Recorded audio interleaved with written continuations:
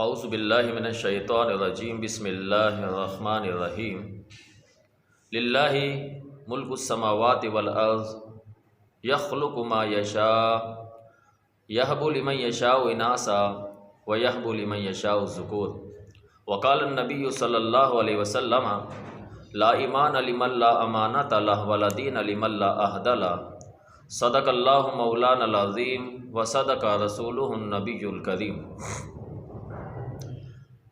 اللہ رب العالمین نے دین اسلام کو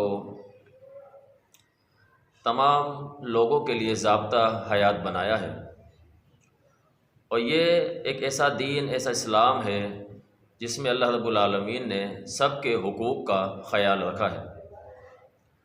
بڑوں کا چھوٹوں پہ حقوق، چھوٹوں کے بڑوں پہ حقوق، اسی طرح والدین کے اولاد پہ حقوق، اولاد کے والدین پہ حقوق، شوہر کے بیوی پہ، بیوی کے شوہر پہ حقوق، اساتذہ کے طلباء کے اوپر، طلباء کے اساتذہ کے حقوق، امیر کے غریب پہ اور غریب کے امیر پہ حقوق، اسی طرح مسلمانوں کے غیر مسلموں کے ساتھ اور غیر مسلموں کے مسلمانوں کے ساتھ حقوق۔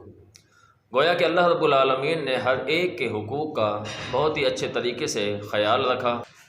اللہ رب العالمین فرماتے ہیں للہ ملک السماوات والارض، آسمان اور زمین کی بادشاہت اللہ رب العالمین کے پاس ہے۔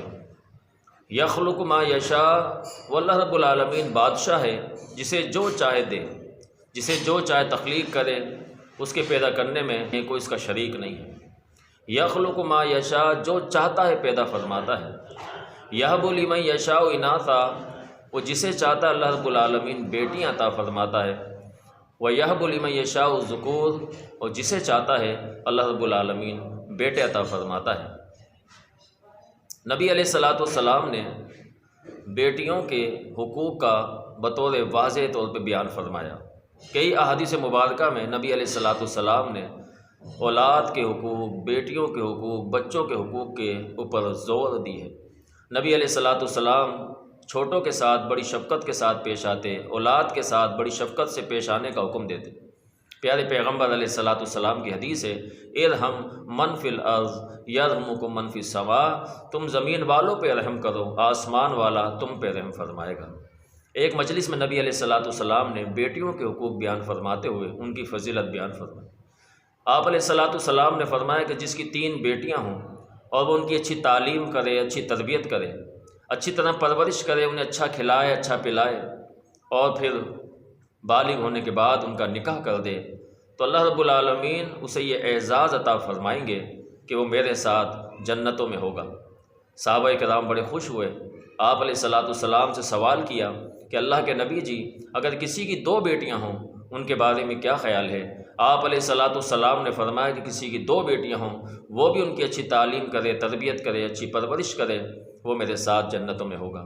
امی عائشہ رضی اللہ تعالیٰ عنہ فرماتی ہیں کہ نبی علیہ السلام سے اگر اس مجلس کے اندر یہ سوال کیا جاتا کہ اللہ کے نبی جی، کسی کی 1 بیٹی ہو اور وہ اس کے اوپر دھیان دے، توجہ دے، آپ کا اس بارے میں کیا خیال ہے؟ تو پیارے پیغمبر رحمۃ للعالمین صلی اللہ علیہ وسلم فرماتے اس کے لیے بھی وہی اعزاز ہے، وہ بھی میرے ساتھ جنتوں میں ہوگا۔ سبحان اللہ، اللہ رب العالمین نے بیٹیوں کا بڑا مقام بیان فرمایا ہے۔ بیٹیاں ماں باپ کا بیٹوں کی بانسبت زیادہ احساس کرنے والی، زیادہ دکھ سمجھنے والی ہوتی ہیں۔ امام احمد بن حنبل رحمۃ اللہ علیہ کے زمانے میں ایک بندہ تھا جس کو اللہ رب العالمین نے 6 بیٹیاں عطا فرمائی تھیں۔ ہر بیٹی کی پیدائش کے بعد وہی سمجھتا تھا کہ اب مجھے بیٹا ہوگا، ہر ولادت کے بعد، ہر ولادت سے پہلے وہی سمجھتا تھا کہ اب مجھے بیٹا ہوگا، لیکن اللہ رب العالمین کا کرنا یہ ہوا کہ ایک کے بعد دوسری، دوسری کے بعد تیسری، اور پھر 6 بیٹیاں اسے عطا فرمائیں۔ جب 7ویں کی پیدائش کی باری آئی تو اپنی بیوی سے کہتا ہے کہ دیکھ بھائی، اگر تجھے اس بار بھی لڑکی ہوئی تو پھر میری طرف سے تجھے طلاق ہے۔ وہ بیوی پریشان ہو جاتی ہے، سمجھ میں نہیں آتا کیا کرے۔ جو نیک پاکیزہ خاتون ہوتی ہیں وہ اپنے گھر کو اجڑنے سے بڑا پریشان ہوتی ہیں۔ اللہ رب العالمین سے دعا کرتی ہے کہ اللہ میرا گھر اجڑنے لگا ہے، اللہ میری مدد فرما، میری حفاظت فرما، میرے بچوں کی حفاظت فرما۔ رات ہو جاتی ہے، دونوں سو جاتے ہیں۔ پھر رات میں خواب دیکھتا ہے وہ، اللہ رب العالمین امتوں کو، لوگوں کو خواب کے ذریعے کے ہی سبق دے دیتے ہیں۔ خواب دیکھتا ہے کہ وہ ایک ایسی اچانک عجیب سی جگہ پہ آ گیا ہے کہ وہاں پہ آواز آتی ہے کہ اسے اٹھاؤ اور جہنم میں پھینک دو۔ فرشتے دائیں بائیں سے پکڑ لیتے ہیں اور اسے جہنم کے دروازوں کی طرف لے کے جاتے ہیں۔ پہلے دروازے پہ پہنچتے ہیں، قریب تھا کہ اسے پھینک دیا جاتا، اس دروازے کے اوپر اس کی ایک بیٹی آ جاتی ہے اور کہتی ہے کہ میرے بابا کو آگ میں مت پھینکو۔ فرشتے کہتے ہیں اسے دوسرے دروازے کی طرف لے کے چلو۔ جب دوسرے دروازے کی طرف لے کے جاتے ہیں تو وہاں بھی دوسری بیٹی آ جاتی ہے، گو کہ ہر دروازے پہ اس کی بیٹی آ کے اس کی حفاظت کرتی ہے۔ نبی علیہ السلام کی حدیث مبارکہ ہے البنات جنۃ من النار، کہ بیٹیاں یہ اللہ رب العالمین کے عذاب کے آگے آڑ بن جاتی ہیں، اللہ رب العالمین کے آگ کے آگے آڑ بن جاتی ہیں۔ وہ بیٹیاں دروازوں کے آگے کھڑی ہو جاتی ہیں اور کہتی ہیں کہ میرے بابا کو آگ میں مت پھینکو۔ جب 7واں دروازہ اس پہ پھینکنے کے لیے لے کے جایا جاتا ہے، قریب تھا کہ اسے ڈاما ڈول کر کے جھولا جھلا کے اسے آگ میں پھینک دیا جاتا، اسے فوراً آنکھ کھل جاتی ہے، ہڑبڑا کے اٹھتا ہے اور پریشان ہو جاتا ہے، جسم شرابور ہے پسینے سے، کپ کپی تاری ہوئی ہے۔ بیوی اٹھتی ہے، کہتی ہے کہ کیا ہوا؟ کہتا ہے کہ چھوڑ دو مجھے، اور اللہ رب العالمین سے دعا کرتا ہے اللہم ارزقنا صابیا، اے اللہ میں نے بیٹے کی خواہش کی تھی، اللہ رب العالمین تو ہی بیٹے دینے والا ہے، بیٹیاں دینے والا ہے، میری دعا ہے کہ اللہ تو مجھے اس بار بھی بیٹی عطا فرما تاکہ 7ویں دروازے کے اوپر بھی آ کے وہ کھڑی ہو جائے اور میری آگ سے آڑ بن جائے۔ یہ بیٹیاں ہیں۔ نبی علیہ السلام نے اپنی بیٹیوں کی بڑی اچھی پرورش کی۔ آپ علیہ السلام کو اللہ رب العالمین نے 4 بیٹیوں سے اور 3 بیٹوں سے نوازا۔ 3 بیٹوں کا بچپن میں ہی انتقال ہو جاتا ہے، انا للہ و انا الیہ راجعون۔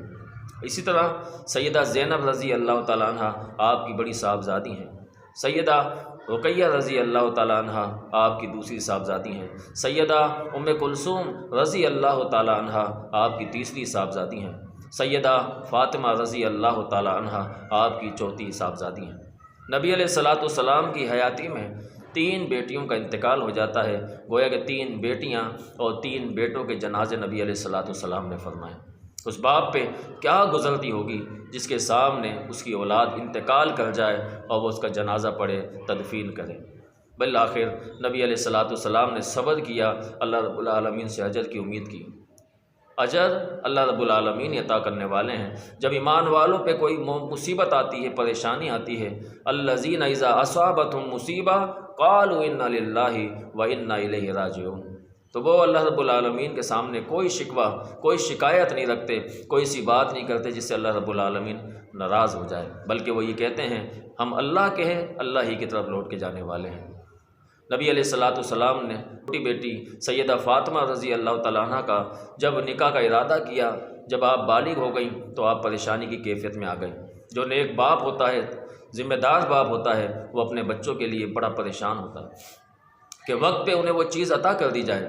صحابہ کرام نے جب آپ علیہ السلام کی پریشانی کو نوٹ کیا تو صحابہ نے پوچھا اللہ کے نبی جی آپ پریشان ہیں، کیا وجہ ہے پریشانی کی؟ آپ علیہ السلام نے فرمایا کہ بیٹی فاطمہ اب نکاح کے قابل ہو گئی ہے، میں اس کا نکاح کرنا چاہتا ہوں، آپ کی نظر میں کوئی لڑکا ہو تو بتاؤ۔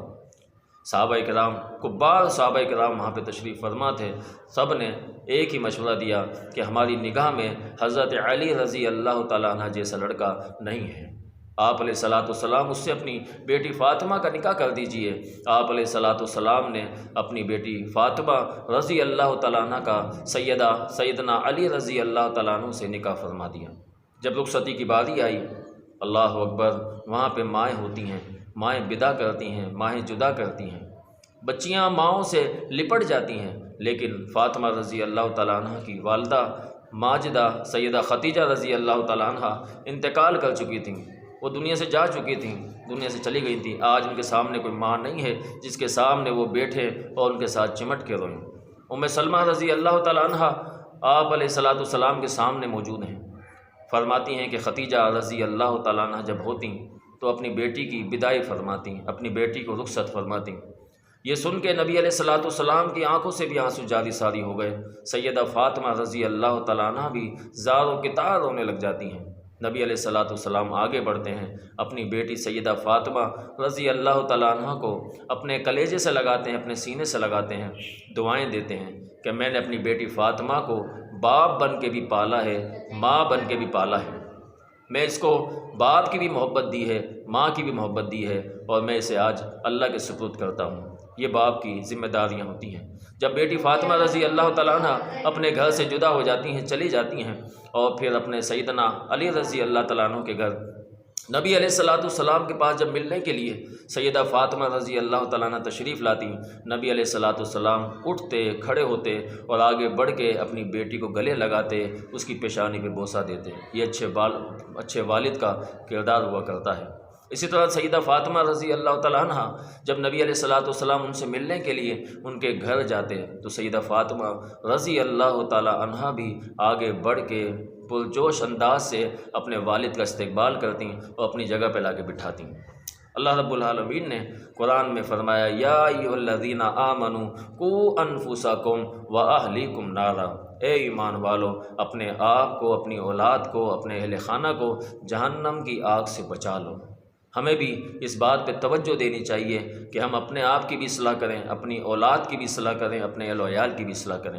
نبی علیہ السلام کے سامنے کھانا رکھا ہوا ہے، آپ کھانا تناول فرمانے والے ہیں، ایک بچہ دوڑتا ہوا نبی علیہ السلام کے سامنے آتا ہے اور کھانے میں ہاتھ ڈال دیتا ہے۔ آپ علیہ السلام نے بڑے اچھے انداز سے، احسن انداز سے اس کی اصلاح فرمائی۔ آج ہمارا رویہ کیا ہوتا ہے؟ ہم سخت ہو جاتے ہیں، سخت مزاج ہو جاتے ہیں، غصے میں آ جاتے ہیں۔ نبی علیہ السلام کی زندگی ہم سب کے لیے نمونہ ہے۔ لقد کان لکم فی رسول اللہ اسوۃ حسنہ، اے ایمان والو تم لوگوں کے لیے پیارے پیغمبر علیہ السلام کی زندگی میں بہترین مثالیں موجود ہیں۔ نبی علیہ السلام کے سامنے کھانا ہے، بچہ دوڑتا ہوا آتا ہے اور اپنا الٹا ہاتھ کھانے میں ڈال دیتا ہے۔ آپ علیہ السلام نے اسے جھاڑا نہیں، اسے ڈپٹا نہیں، اسے مارا نہیں، بھگایا نہیں۔ آپ علیہ السلام نے اس کا ہاتھ پکڑا اور بڑے پیارے انداز سے فرمایا، یا غلام، اے پیارے بچے، قل بسم اللہ پڑھ اور اپنے آگے سے کھا، اپنے سیدھے ہاتھ سے کھا۔ نبی علیہ السلام نے کتنی پیارے انداز سے اصلاح فرمائی۔ اسی طرح صحابہ کرام بھی اپنی اولاد کے حوالے سے بڑی فکر رکھتے تھے، ان کی اصلاح فرماتے تھے۔ نبی علیہ السلام نے بیٹیوں کے حوالے سے خاص طور توجہ دینے کی حکم دیا ہے۔ سیدنا عمر فاروق رضی اللہ تعالیٰ عنہ اپنے دور خلافت میں مدینہ کا چکر لگا رہے ہیں۔ چکر لگاتے لگاتے آپ ایک جگہ سے گزرتے ہیں جہاں سے آواز آتی ہے کہ پانی ملاؤ، پانی ملاؤ۔ بیٹی کہتی ہے کہ اماں جی آپ پانی کیوں ملا رہی ہیں دودھ میں؟ ماں کہتی ہے کہ بیٹا یہاں تو ہمیں کوئی نہیں دیکھ رہا۔ بیٹی کہتی ہے کہ کوئی دیکھے یا نہ دیکھے لیکن اللہ رب العالمین ہمیں دیکھ رہا ہے۔ امیر المومنین عمر بن خطاب رضی اللہ تعالیٰ عنہ اس بات سے اتنا خوش ہوتے ہیں، اپنے گھر جاتے ہیں اور فوراً اپنے بیٹے کا نکاح کا پیغام اس جگہ بھیجتے ہیں، کیونکہ نیک عورت، نیک لڑکی، نیک سیرت وہ آ کے گھر کو جنت بنا دیتی ہے۔ اسی لیے کہا جاتا ہے کہ عورت انسان کے گھر کو جنت بھی بنا دیتی ہے اور جہنم بھی بنا دیتی ہے۔ تو ہمیں بھی اس بات پہ بہت توجہ دینی چاہیے کہ اپنی اولاد کی بھی اصلاح کریں، اپنی بچوں کی بھی اصلاح کریں، بچیوں کی بھی اصلاح کریں۔ اللہ رب العالمین سے دعا ہے کہ اللہ تعالیٰ ہمیں سمجھ کی، عمل کی توفیق عطا فرمائے۔ اقول قولی ھذا استغفر اللہ لی ولکم ولسائر المسلمین۔